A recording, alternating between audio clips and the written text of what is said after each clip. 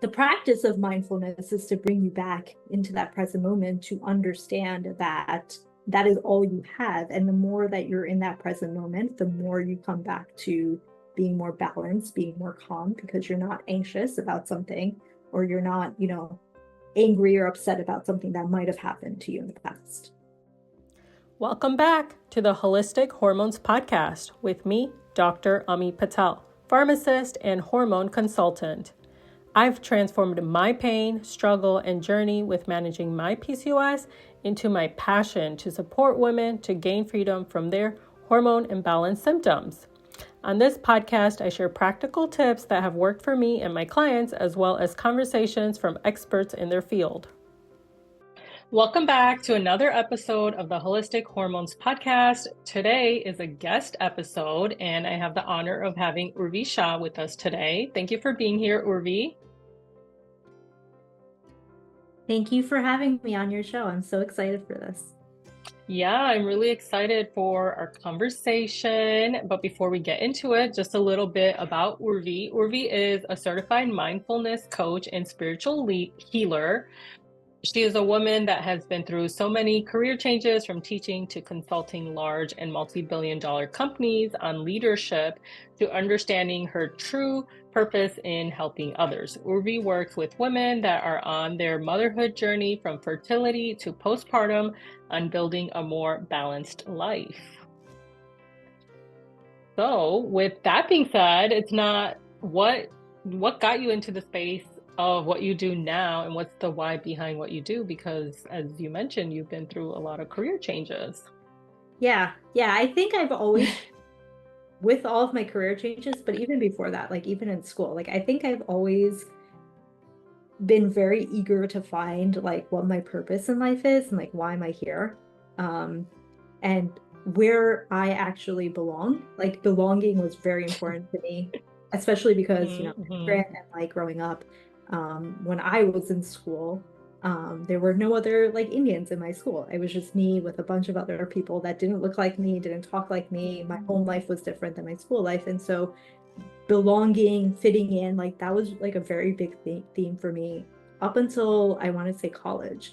And then in college, it was also about like, well, what am I supposed to do for a career? Like everybody was doing something in the medical field or science, and I didn't really like any of that. And so, long story short, I tried out a bunch of different careers. None of them really sparked something inside of me, though I was very good at all of them.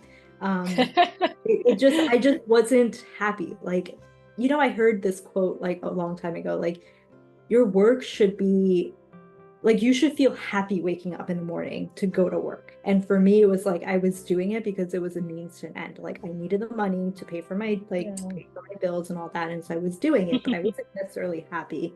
And when I started getting into consulting, I started to do a lot of like coaching work, one-on-one coaching, team coaching, leadership coaching. And then I started to realize like actually seeing that transformation in a person, or seeing how I'm helping them, was making me feel very happy inside. Like I was actually excited to like do that kind of work. And so I went on my own kind of journey spiritually along that time. And that's when I started to really also go through my journey with my own fertility. And I started to understand that there's a lot of things in the space of fertility, postpartum, pregnancy, that's just not talked about. And as I was struggling through it, I was thinking like, well, if I'm struggling through it, there's other women that are struggling through it. And like, Right. I just felt very called to, one, bring awareness, but two, help women go through this and understand that it's not like, it doesn't have to be hard. It doesn't have to be painful. It doesn't have to be like this struggle. There is an easier way to all of it. And like, that's my purpose of like bringing that to that. Yeah, that's so amazing. Thank you for that. Yeah. And for what you do too, because, as you said, there's just not enough support around fertility and women's health, and, especially postpartum as well. Mm-hmm. But, interestingly, you said like, just figuring out where you belong. I feel like I'm still trying to figure that out, because like, society has kind of paved like this one pathway, right? Like, oh, go to college, get your degree, start working in corporate, or, these are your few career options, and hopefully you find that job satisfaction. But, as you have started to pave your own path, and, similarly, I'm doing that too. But Yeah. yeah, I still feel like, where do I belong? Or maybe I just need to make like my own circle. I don't know. Yeah, and I feel like that's even more common in the South Asian community, right? Because our parents came here as immigrants and Yeah. they wanted to see us successful, and in their heads, their collective heads, I guess they felt like here are the few careers that you can do to make a lot of money and you're going to be successful and you're going to have status. And that was very important to them because they worked hard to come here, and they might have done jobs that they didn't want to do Right. necessarily because they wanted to see us excel. And that was me growing up as well. Like all of my Indian friends were either becoming doctors or, they're going some sort of like medical field, or they're becoming lawyers. And I was like, I don't want to do any of that stuff. That seems like really like boring to me. So um, I think that, for many of us that, and it goes back to even, in terms of um, when you want to get married, when you want to have kids, I think like society is always telling us when to do things. And for me, my journey has always been different. Like I've always wanted that. Like I remember in college having a planner. And in the planner, it says, when I'm 21, I will. When I'm 24, I will. When I'm 20, like I was supposed to have kids before I was even 30. I'm 30, I'm going to be 40 this year, and I just had my son. So nothing went according to my plan, but I'm starting to realize that there's a purpose to that. There's a bigger purpose to that. Yeah, no, definitely. Totally agree with you on that. I mean, I'm 34, and my plan was to have like two kids by now too, right? Because that's like what's in our, I don't know, head or the timeline. But yeah, I mean, I'm divorced, single, nowhere close to having kids, but not what I planned. But it's actually better than I planned, honestly. Yeah, But exactly. yeah, like you Exactly. said, it all has a purpose and a reason for our journey Yeah. and the people we become in that process.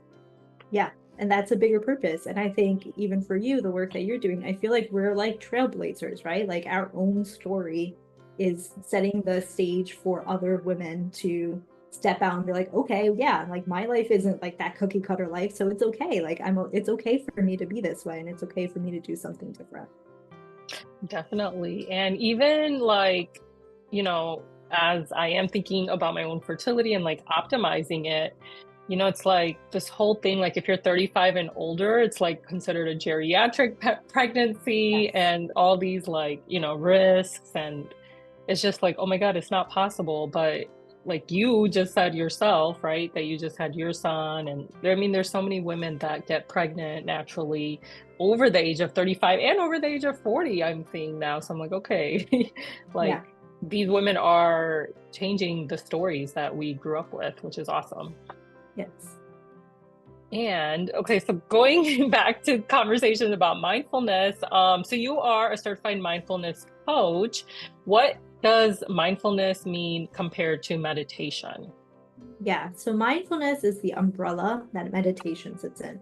There's other practices that are within mindfulness, like breathing, breath work, um, EFT tapping. There's like other things that are within mindfulness as well. But those are some of the most common ones. And so mindfulness is the practice of exactly what it says, to be mindful and to be in the present moment. And so when we typically, the human mind is either it's going back into the past. So like what has happened to me or that happened to me. And our thoughts are like, we keep ruminating over that, creating situations of like feelings of like, oh, that happened. And maybe we feel bad about it. We feel guilty. We feel angry, whatever. Or we're thinking about the future. We're never in the between, which is the present, which is what's happening right now. And the present moment is the only moment we actually have. Like you're not living in your past, or you're not living in the future. Like the future has never, it's like not happened yet. And the past is already gone. Like it already happened, and it's moved on, right? And so um the practice of mindfulness is to bring you back into that present moment, to understand that that is all you have. And the more that you're in that present moment, the more you come back to being more balanced, being more calm, because you're not anxious about something, or you're not, angry or upset about something that might have happened to you in the past. That makes sense. So like, I mean, with what I tell my clients, like eating mindfully is also like a practice, right? So you're saying like meditation, you can practice mindfulness in meditation, but you can also practice mindfulness just in your everyday life. Like, as I was saying, like while you eat your food. Is that the correct way of kind of Yes, differentiating the two as well? exactly. Yes. Okay. Yes. Um, so next question, what role does meditation and breath work play in restoring energy in the body to prepare for pregnancy? Yeah, so when we're pregnant, right, there's a lot of things that's happening in our body. Like our hormones are changing, which, that's more of your expertise. You can explain that more to us. But they're changing from what I know. They're changing. There's a lot of things that are happening inside of us to, grow this life and this baby inside of us. And so as those hormones are changing, the chemical balance, of course, of our mind is also changing. And so there could be times, and I know this happened for me, where you're just really irritated and you're just little things will just piss you off. Or you're thinking about the future, which also happened to me, like, oh, how am I going to be able to do this? And like the practice of mindfulness brings you back into that present moment to really just be like, everything's okay, everything's going to be fine, and really regulate your body back to its normal state. When I say normal state, I want to just preface it this, like, when you're pregnant, every day is going to be a little bit different, and normal can be not what you think is normal because you're changing, your body is changing. But if you can come back down to like a more calmer state, that's what I call normal during pregnancy. And it looks different for everybody. Right. Okay. That makes sense. And I think part of that is also like just nervous system regulation, right? Like during using like meditation and breath work for that during pregnancy. And then how about like postpartum? Is there something different that like meditation and breath work can play a role in? Yeah. So during pregnancy, I usually take people through a practice of meditation and breath work that just brings them back into that calm state. It's more so of like, because there's a lot of anxiety inside of us as well, of like what's happening, what's going to happen to the baby, is everything going to be okay? Also, depending on your prior experiences with pregnancy. Postpartum, your hormones are also changed. So like during pregnancy, your hormones are going on a high. So you might also feel like this feeling of like always euphoric and happy at certain times. Like you feel really tired. And then you also like, there's a part of pregnancy where you're like, oh, like everything's great. Everything's like, because it's trying to help you not feel the pain, I guess. And don't quote me, like I'm not an expert at this, or I'm not a doctor, but it's what I've learned from my own research. During postpartum, your hormones are actually dipping, they're going down. And so during the first few weeks, it's called baby blues, which means that you could be feeling things like depression, things feel very, like you just feel really sad inside. And during this time, meditation and breath work bring you back to the present moment of like understanding that, yes, though your body is going through these changes, though you're feeling this baby blue, you're still here and everything's okay. So it's more of giving back the energy into your body that you need during postpartum. And in pregnancy, it's more of the kind of like regulating that energy in your body. Yeah, that makes sense. And so we talked, briefly about broadly what mindfulness and meditation is, but if somebody is new to these practices, like what are some examples of meditation that would be easy to get started with? Yeah, so I actually recommend downloading like apps. So there's this really great app called Inside Timer. It's free.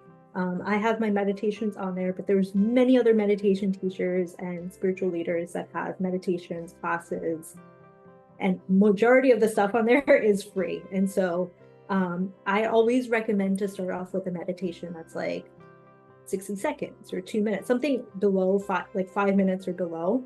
Because when you are new to meditation, what happens originally is like you're not used to sitting with yourself. And so it can feel very uncomfortable.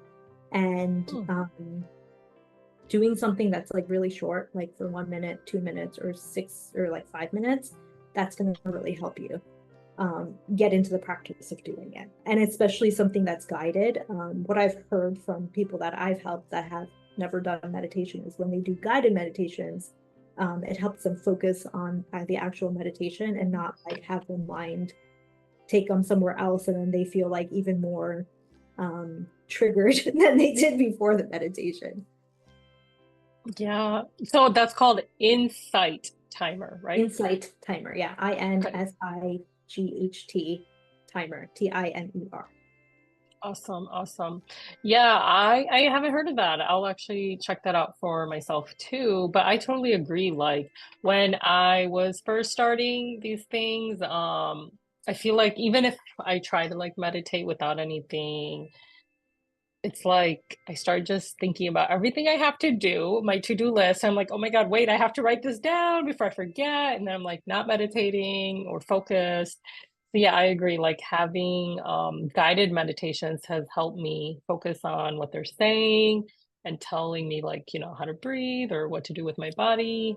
So yeah, Yeah. that's a great idea. And as you said, like starting short, like minute to 5 minutes. Yeah, we're not used to doing this because we're programmed or taught by society to constantly be on the go, right? Like, and especially now, like as technology advances, we are going faster and faster and faster, and we're not having the time to break. We're not having the time to pause. And so when we do take the time to pause, it all comes to us at once, and it feels like, why did I pause? So it's getting that practice. It's like if you were to go to the gym and just do something as simple as walking on the treadmill, right? If you've never done that before, it's really hard. So it's like you want to work yourself up to getting to a certain stage. It's the same thing with meditation or any sort of mindfulness practice. Do it a little bit. I always say do it a little bit and build on top of that. Yeah, that's a really good tip. And then what about like breath work? How is that different than meditation? And what are some easy ways to get started with breath work? And what's like the benefits of the two that are like different? Thank you for being a dedicated listener and viewer. I'd love your support in reaching more listeners so more women can become empowered about their hormone health, PCOS, and fertility. You can do that by leaving a review or engaging in this video. As a way to say thank you, I'd love to give you a free 45-minute one-to-one consultation. During the consultation, we'll go over your medication, supplements, labs, lifestyle, and address your current challenges to help you get direction and break out of your plateau to support your health goals. All you have to do is on Spotify, make sure you're following the show, click the 3 dots to rate the show and give it 5 stars.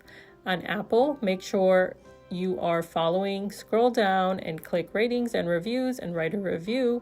Or on YouTube, make sure you're subscribed, have your notifications on, you've liked this video, and left a comment with your thoughts. You only have to do this on one of the platforms that you're currently listening or watching on. Then take a screenshot and email me hello@dramiPharmacist.com. That's HELLO@DRAMIPHARMACIST.com. Now back to the show. Thank you. Yeah, so breath work is a part of yoga. So within yoga, breath work is actually within Sanskrit. It's called pranayama, and so there's different techniques of pranayama. It's in America and everywhere else. It's called breath work, but it's all the same thing. It's both the same thing, and so it's a practice of using your breath to bring you back into the present moment. So I always blend breathing and meditating together. But for people that have kind of a harder time closing their eyes, going inwards, which is more of meditation, I have them just do breath work, which is just really breathing. And so especially people that are have like high anxiety or like are starting like very emotionally charged, breath work is amazing for them because it regulates your body. So your breath is actually it'll be the first sign to tell you how you're doing. So when you're stressed, your breath changes. It's all part of your nervous system. And so when you start to breathe in different manners, that changes your nervous system to bring you back to a regulated state, which is bring you back to your calm state. And so for people that are going through pregnancy, breath is really important, or anything, even like fertility. Like when I was going through my IVF treatments, I would get anxious a lot, or, you know, when I had to do the shots, I would just like breathe to like take my mind off of like whatever pain was to come with the shot. And so it brings you back to that normal state so that you're able to go through whatever it is that you're supposed to go through. And it's very common in pregnancy, right? Like they teach you how to breathe.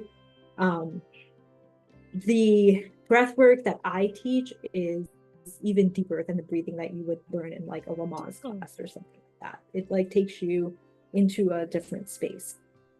So, and then the difference between breath work and meditation, like the different benefits, I will say, is like, so meditation is really used to bring awareness to what's going on in your body, right? So like we spend a lot of time in our mind and we don't spend a lot of time in our body. And so when you meditate, you're creating space between yourself and your body. So your spiritual being and your mind, right? And going into your body, and like you start to bring a lot of awareness of like things that you might be feeling and thinking and spending a lot of time and energy on that you might not even want to. And so the more you meditate, the more you bring awareness to the areas of your life that you want to focus on. Whereas breath work is just bringing you back into the present moment, bringing you back into that regulated state. There are advanced breathwork techniques that can change the vibrations and the composition of your cells, because, you know, everything is energy and your breath is actually what drives that energy through your body. And so I've done a lot of breath work. Like I've been part of breathwork classes where other people have led, where my body was literally like vibrating and I felt like it was going to levitate. And so it's and these practices have been, you know, part of yoga for, I don't know, millions of years, however long yoga has been there. So and they were there to bring that into a person's life, right? It was about living in that calm, collected state, because things weren't always on the go like they are now. Yeah, no, that's really cool. I mean, I was going to share about an experience that I use breathwork in, nowhere as cool as yours, but like I recently got a pap smear done, and that speculum that they put, it's like, you know, painful and all that. So then I was just doing like breathing exercises through the whole thing. And because, you know, like when you get like anxious or fearful, you clench up, or, you know, your muscles tense up. So that makes it worse. So then I was like, okay, just breathe. So I was like breathing. And then afterwards, like the provider was like, oh, like I heard you doing breathing exercises. I was like, yeah, it was like super helpful. And also I did take ibuprofen, but still, it was definitely helpful in, you know, like just telling my body to relax, telling the muscles to relax, and like not focusing on the pain, but instead focusing on my breathing. Yeah. So breath, and that's exactly what it does. It brings you out of like the pain response that's going to come, and it actually relaxes everything in your body. Like I think from a scientific perspective, like it's changing the chemical composition of your brain, and it's sending different signals into your nervous system, which is why it's like bringing it back to a regulated state. So for people that deal with a lot of anxiety, for, you know, even going to doctor's appointments or anything like that, if you were to just practice a simple breath routine, which is like inhaling for 5, holding it for 3, and then exhaling for 7, And just doing that like 5 times before you went into a doctor's appointment, that will bring you back right back down to a regulated state. And you exhale longer than you inhale because that's actually relaxing and extending your breath into your nervous system. So you exhale longer than you inhale? Yes. When you're trying to get to a calmer state. So it was like 5 inhale for 5, hold for 3, exhale for 7. So I like use, okay, well, I can get your thoughts on this like box breathing where you like inhale for 4, hold for 4, and exhale for 4 and hold for 4, only because that's like so easy to remember. Yeah. But like, how does that compare to what you were just saying? Like, it's better to exhale a little bit longer. Yeah. Box breathing is perfect when you're like just trying to get back into the present moment. But if you're somebody that has anxiety or somebody that's very nervous, when you're in that state, like your nervous system has already went to another place.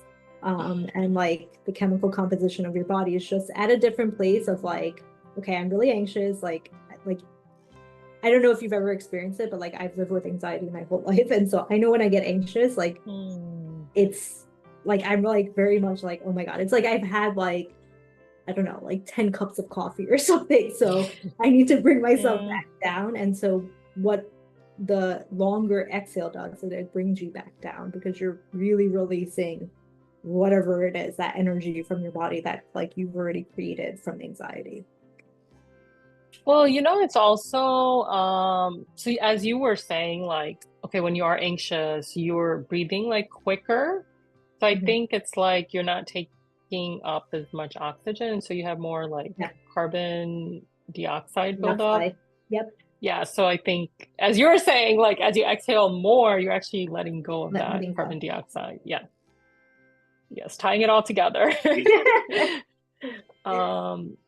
other thing, like, I noticed with meditation now that I've been doing it a little bit more, I feel like it's allowed me to kind of connect with like my intuition or like inner voice a little bit more. And I know like earlier how we started the conversation, we were just talking about like, listening to like society's expectations and trying to figure out who we are. So I think like for me, it's been a lot of like trying to, as much as possible, like kind of tune out the other voices and connect with my own voice and listen to what my intuition has to say, and then deciding if I'm going to follow through with it or not. Right? It's a process. So I'm still, navigating it. But what are your thoughts on like, connecting with intuition, with breath work, meditation, things like that? Yeah. So meditation is a very strong spiritual tool, right? And so, if you, and not to be like so, not to give like generalization to this, but like if you were to look at like a yogi or like somebody that's like a monk, right? Like we're always seeing them in this meditative pose or in meditation. There's a reason for that, because when you're meditating, you're actually becoming one with your soul, which means you're becoming one with the higher power, whatever you call that higher power, right? And like that, the whole idea behind spirituality is that there's oneness and there's unity in this entire this entire universe, right? Like we're all connected in some sort of way and we're all one. And so when you're in meditation, you start to realize like you're not your body, you're not your mind, like you're a spirit that's living this life. And so and your intuition is coming from your spirit, it's coming from your soul, which is connected to the higher power. And so you're tapping into different levels of consciousness. And I'm trying to keep this as basic as possible. So like I'm not going all the way out there and like losing somebody, but you're tapping into different levels of consciousness, and raising your own consciousness when you're going through meditation. Like the vibrations that are going through your body is actually raising your vibration to be in a different level of consciousness than just like, I'm this body, I need to like, it's taking you out of survival mode pretty much. And so that's where intuition comes in. And so when I'm teaching meditation to women that are going through their journey of fertility, pregnancy, postpartum, that's what I want them to connect to, because I feel like that's that like tie is cut. Like I feel like when we're born, we have, and I see this in my son, like we have a very strong connection to our intuition. Like we know what to do. And like we're like playing and like, now he's crawling and starting to get up and stuff. And I see that he knows. And in my head, I'm just like, how does he know this? But it's like he's come with like certain knowledge from wherever, right? Like he's stored it. Yeah. And intuition's telling him what he can and can't do. And then he's learning from, his experiences now. But then as we get older, we start to lose that connection with our intuition. And as a mom, it's very important to have a connection with your intuition, because your intuition will tell you something way before it actually happens, or way before the doctor tells you, or it might tell you something that you're getting misinformation from some other place, and your intuition's telling you like, no, like that's not the case. Like you shouldn't be worried about that. I like to think of intuition as like your grounding to this like world, right? And so the more connected you are to your intuition, the more you're going to be following your path that you have decided to have in this lifetime from your soul. Yeah, no, I love how you explain that. And yeah, I think it's just like, it's like as we grow up from being a child, baby, we get all these like the voices, the expectations, right? People telling us, no, you can't do this. No, you should do this instead, or behave like this. And that's where like, we form those like limiting beliefs about ourselves or things. And then, we start ignoring our intuition. But yeah, so it's like, I mean, I basically ignored my intuition for like 32 years, or how many ever years after I stopped listening as a baby and child. But yeah, so it's just like trying to tap into that in the last couple of years. And yeah, it's been a journey, but yeah, I like how you explained that and the importance of it. And then like for people that are listening, I've done other episodes. Like there's one episode with Urvi and she talks a lot about like vibrations and different frequencies. And I did an episode with Hillary, and I'll link all those in the show notes. But in that episode, we talk a lot about like energy as well. So yeah, those are like, if you're listening to this, you're enjoying this episode, you can also learn more from those episodes. Yeah, so those are like the questions I had. Was there anything you wanted to mention that we didn't cover in regards to this topic? The only thing that I'll say to kind of like summarize everything we talked about is where I started from, right? Like if you're new to meditation, you're new to breathwork, just try something and see how it feels. They say it takes 21 days for something to become a habit. So I would say try something for 21 days and see if you really like it. But if it doesn't mesh with you, then try something else. Like I know a lot of people that can't sit in a meditation, and that's okay. Like do breath work then, or do tapping. I really love EFT tapping, especially for people that can't sit, because you're actually doing something. So people that have like ADD or ADHD, wow, why can't I say that? Anxiety, things like that. Like tapping is really good. So I would say that like start with something, see how you like it, and if you don't like it, it's okay. You can try something else. It's not the end of the world. And for people for women that are going through, fertility, pregnancy, or postpartum, I would say that definitely start to figure out which mindfulness technique you want to use, and start to connect with your inner world, your intuition, because in each stage, right? Like, so in fertility, it's really about opening yourself up and expanding to call in the baby. And you need to clear out space, clear out energy in yourself to actually create space for this baby to come. And then in pregnancy, it's about connecting with the baby. And then in postpartum, and I felt this for a really long time, I felt a disconnect because now the baby's not in me, but it's like outside of me, and I had to connect, and like going through baby blues was really difficult for me. So just coming back using whatever mindfulness technique you decide to use will bring you back into the present moment to really go through the different stages. Yeah, and I think, like you said, the best thing is that there are so many different resources and ways to do these, like to practice mindfulness. Lots of different like apps. Oh, sorry, I think it froze. Yeah, lots of different apps, YouTube videos. That's what I use for guided meditations Yes. too. Lots of So YouTube videos, Inside Timer, like I mentioned. I mean, there's other apps that are paid, but I like to give the free ones because if you're yeah, starting it's off, a then you starting don't point. make the investment to do something that's paid and really expensive. And so Inside Timer is free. And the reason why I love it, like I said, is it not only has the meditations, it has journaling in there, it has breath work in there, but it also has like classes that are free. So you can take a class on Oh, anything. that's pretty Like if you're cool. interested in learning about energy work or you're interested about learning about Mm. vibrations, like there's a whole bunch of spiritual classes in there that you can take Very for cool. Yeah, free. yeah, that's awesome. I want to check that out. And then you mentioned EFT tapping. And postpartum, I actually did a couple episodes on that, like with the EFT practitioner. And one of my friends, she shared her journey postpartum. So I will also link those episodes. So what are some of the ways that you support women with like fertility and postpartum, as you mentioned? Like how can people connect with you, learn more about your work?